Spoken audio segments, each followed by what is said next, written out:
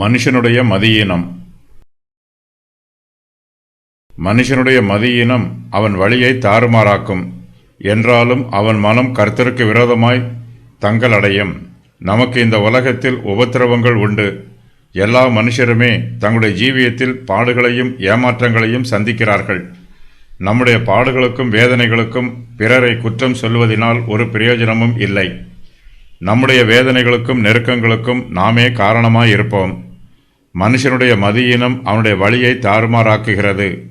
நம்முடைய மதியீனத்தினால்தான் நமக்கு பிரச்சனைகளும் வேதனைகளும் உண்டாகிறது. மனுஷன் வேதனைப்படும்போது அவன் கர்த்தர் மீது கோபப்படுகிறான்.